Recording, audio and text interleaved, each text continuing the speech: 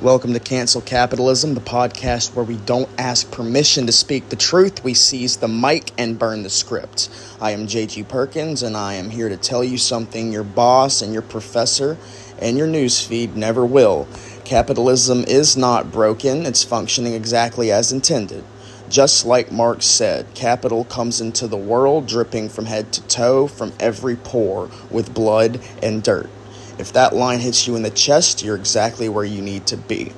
So I'm going to be breaking this down into parts today. The first part is going to be called The Lie of Freedom, and freedom is in quotation marks, as it should be. They tell us we are free. Free to sell our labor or starve. Free to work until our backs break, while Jeff Bezos plays God in low orbit. Rosa Luxemburg called it freedom for the slave owners to own slaves. What we call freedom under capitalism is just the freedom to suffer alone while someone else profits from your desperation. The mortgage, the credit card, the gig app, that's not freedom. That is a leash. And when you finally collapse from overwork, the system just, it says next and gets the next poor unfortunate soul. Lenin told us the state exists to preserve class domination. And in the United States, that domination wears a three-piece suit and sells freedom with a side of surveillance. Part 2 is called the propaganda machine. You ever wonder why Marvel movies glorify private billionaires while treating revolutionaries like terrorists? Or why social feeds flood with hustle culture or bootstrap mythology? It's not an accident, it's ideological warfare. Antonio Gramsci called it cultural hegemony, the domination of thought, not just material life. They don't just exploit you, they make you love your exploitation. It's kind of like a Stockholm syndrome, a forced Stockholm syndrome. It's disturbing. Malcolm X said that if you're not careful, the media will have you hating the oppressed and loving the oppressor. Hating the colonized and loving the colonizer. The news is scripted by the capital. And I want to go back to that point before. Hating the oppressed and loving the oppressor. Hating the colonized and loving the colonizer. Hating the Jews, loving Hitler. That kind of thing. Hating the Palestinians, loving the Zionists. You see a lot of that culture today. I personally have heard a lot of I don't call them friends. I'd call them more of like loose acquaintances that have, have hit me with the, the Nazis were actually the good guys of World War II narrative. So, I feel like I can see that, what he's saying in society today, even with that sort of thing, that line of thinking that comes, predominantly from the young men of our culture that are forced into a further and further right-leaning ideology. So the news is scripted by capital. The ads are scripted by capital. Hell, our school books are even scripted by capital here in America. The point of Cancel Capitalism, because this is the introductory episode, is not just to unplug you from the matrix, but to show you who built it and how to tear it down. So let's move on to part 3. Part 3, let's name the parasites. So we're going to do a little bit of pointing fingers here right now. So Marx said that capital is dead labor that lives by sucking the blood of the living. Malcolm X actually said something kind of like that. I think it was actually inspired by Marx. He said, if you show me a capitalist, I'll show you a bloodsucker. So let's name the vampires right now. Amazon, an extraction machine. Nestle, the water thief. BlackRock, the invisible landlord who owns your entire city. And Raytheon and Lockheed Martin, The war profiteers dressed in patriotism, but they don't create value, okay? You do.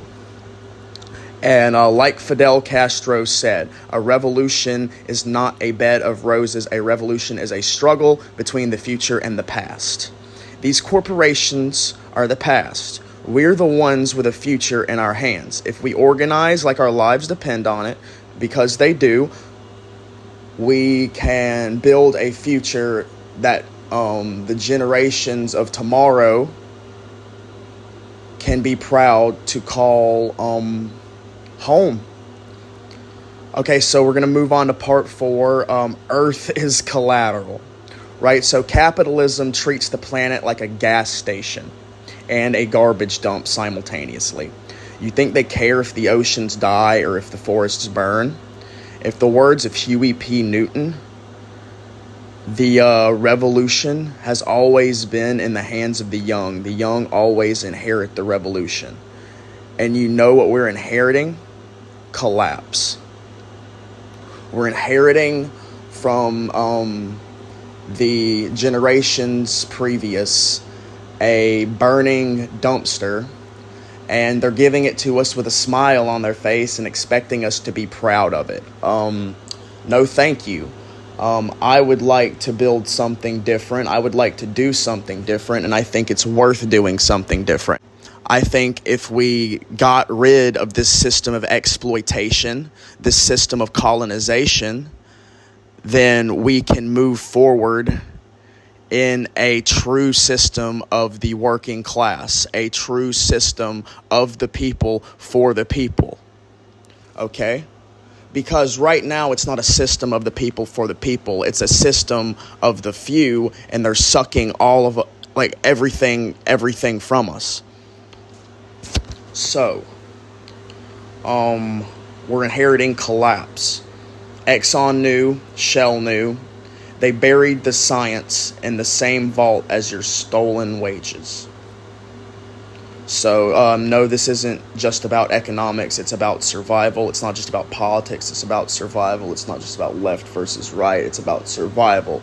We owe it to ourselves and to our children, to our children's children, and all of the future generations to break this, to cut the head off this snake with our sickles. If you want breathable air and drinkable water in 20 years, you don't just go green. You completely dismantle capitalism. That's what you have to do. Murray Bookchin knew that that's what you had to do. So we're going to move on to part 5. What comes next? All right, so I'm not just here to make you mad. I'm not just here to rile you up and, get you foaming at the mouth. I'm here to remind you that Marx reminded us over 150 years ago, the emancipation of the working class must be the act of the working class itself. We must free ourselves. We must organize ourselves, guys. There's no other choice. We must form cadre ourselves, and we must start collectivizing as a society and practicing mutual aid and helping each other. The ideology, the mindset of the individual is propaganda of the West to keep us isolated, so that we continue to work under these conditions, so that we continue to work ourselves to death, our hands to the bone, if you will. You want an alternative? I can give you an alternative. It starts in your community, in your union hall, in the streets. It starts when you realize the boss is nothing without the worker, and the empire is nothing without your compliance. Lenin built dual power. The Black Panthers fed children. The Zapatistas built their own autonomy. That's not utopian dreaming. That is revolutionary realism. Cancel capitalism means building something that is worth inheriting for our children. We all claim to love our kids. Why can we not build something in the future for them to inherit that they can be proud of? So that's going to be it for this introduction episode, guys. I'm JG Perkins, and this was, as I said, episode 1 of Cancel Capitalism. Next week, we are going to be peeling the skin off of the myth of the self-made billionaire.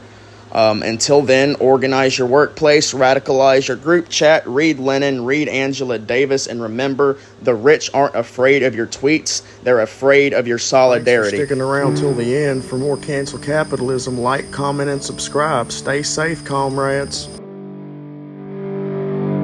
Don't wanna walk away, can't seem to get it right. All the photographs I daily can't get out my mind. I fall asleep when I'm alone and have nothing better to do. I think maybe one day I might be able to see the point of view. What is the point of me?